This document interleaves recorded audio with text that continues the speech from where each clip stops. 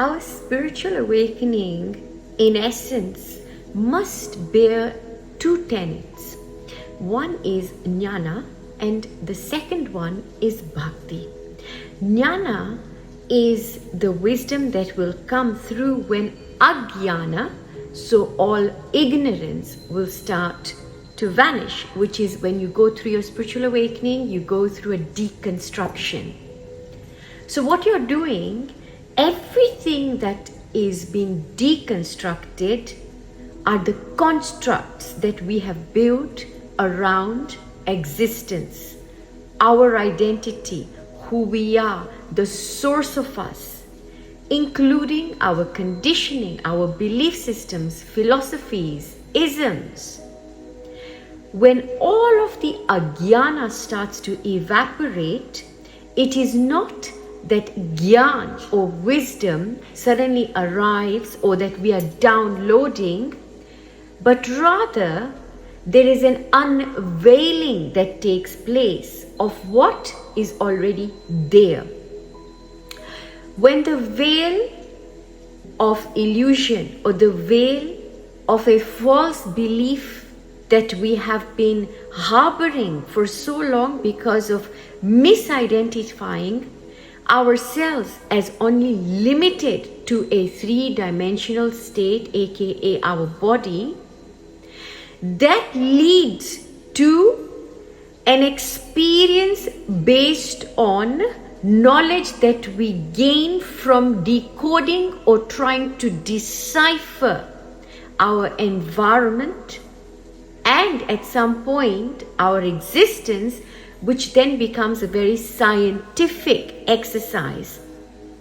So what you're really doing, rather than gaining wisdom, which you can only do when ajnana, when ignorance is removed, when the veil is removed as a result of you deconstructing all of these walls of separation that we have built between us and all that is, or you can say between us, the illusory us, and us, the essence of us, which holds in it all of the secrets, all of the wisdom, which is not actually hidden.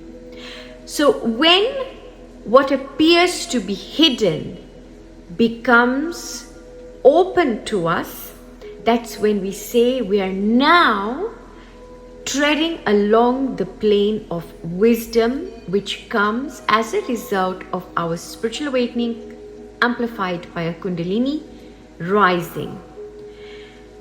Jnana, when that begins to surface, leads to then purity of mind, which ultimately will lead to the right thought, or the thought that is born of that purity, which its very state will be a state of being thoughtless, though a thought. We will come back to that. The second tenet of a spiritual awakening, or what comes of it, and which is a very integral part of your spiritual awakening, is bhakti. Now, bhakti, we can say, will be the emotion that is needed to bring this experience in its wholeness. It is what is going to magnetize.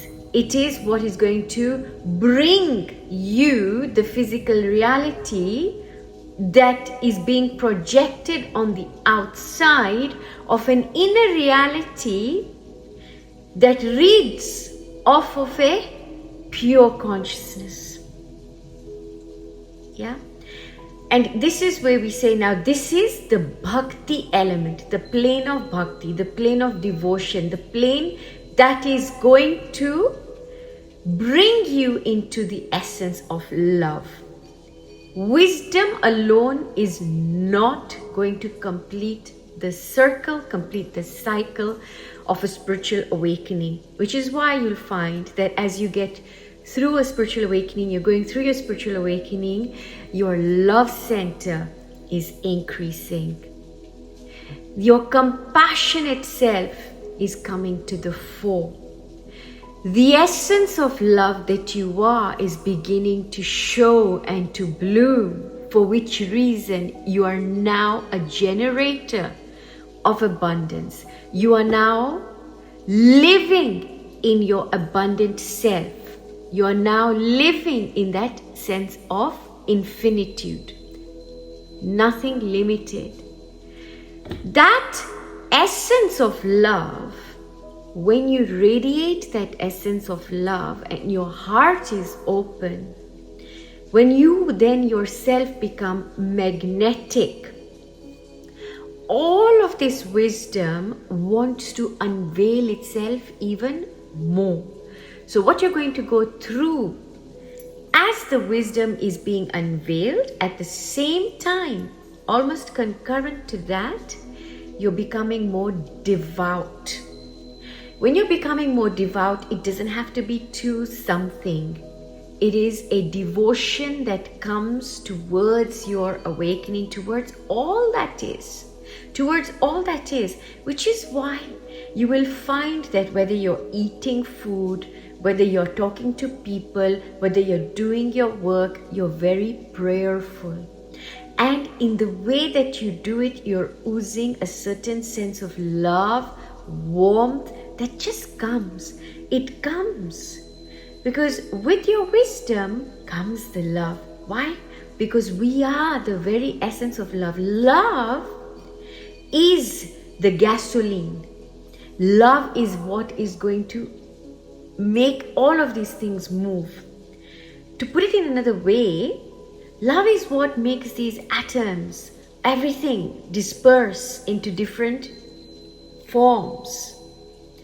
Love is that vehicle, and love by its very nature is procreation. It's procreative. Love wants to multiply. Love is expansive. It is not contracting. So as your consciousness purifies itself, you'll find that you are expanding. And as that expands, your heart space automatically just becomes bigger. You can no longer hold this beautiful energy in just this you being limited to just this body. And so that love radiates, whether it is you beginning to radiate in your own room physically, then you go out of it, your neighborhood, your area where you're living, your location, your locality, people around you. It becomes almost natural to you to turn everything into love. You see the love, you see the underlying goodness. Folks, this is well after you have gone through your deconstruction. It is not to say that you won't have your moments. Your moments do occur during the process of deconstruction. But ultimately, these two things, bhakti and jnana, bhakti shakti, jnana shakti together, when they come together, one cannot be without the other. You can download wisdom, but if your heart is not open, if there is no expansion, where there is no love, you won't want to live a life of servitude. You will still be self-serving, meaning the petty self, small s.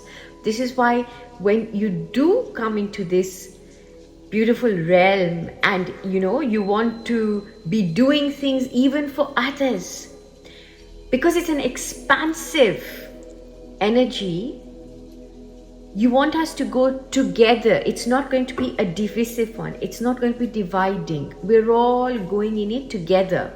You're working for all. And this is where that phrase, Loka Kalyanam, meaning we are engaged in servitude, service to your fellow man, service to mankind. It comes very naturally without you expecting anything. So gradually, these things start to become the markers, yeah? Your bhakti and your jnana. These coming together and they start to really, really merge, the lighter you become. It is not a place where you're putting in an effort. It comes quite effortlessly because you realize you are always bhakti, you are always the jnana. Because the jnana hasn't been injected into you. You haven't had to go out there to learn. All you've done is removed all the learning. Yeah? Because when you experience life from what we see, what we hear, what we touch, what we smell. So if you see something, say you see a dog or a fish or a tree, you don't know what it is. So you want to know more about it and you're going to be very scientific about it. So rather than you feeling the essence of that tree in you and that actually that tree is coming from you, you study the tree from the outside, which is what medicine, science, that's what they are doing. See, things like quantum physics, quantum jumping, electromagnetic fields, all of these things have always existed. Now, just because something is being discovered now, it doesn't mean that that thing has not always been. It has been. But when we are reading it from the end result, that this is a leaf, and you study the leaf, it's a dried mango leaf. Rather than you going from the beginning or behind of it. So your wisdom is you removing the ajnana. You're removing that what you have learned. And what you have learned is the knowledge that you've accumulated. And the knowledge that we accumulate is based on these 5 senses. But the wisdom that we unearth is based on extrasensory experience. That is not just experience, but it is an extrasensory perception of all that is, that cannot fit within a body that is limited to 5 or even 6 senses. It is something that is simply perceived. Sending you so much love, bhakti, jnana. May you flourish wherever you are. May all the illusions disappear. May you, above all, see yourself, witness yourself, and know yourself to be the very, very love, the very, very epitome of devotion. It is there, it's inside of you. Look at yourself, and you will find love.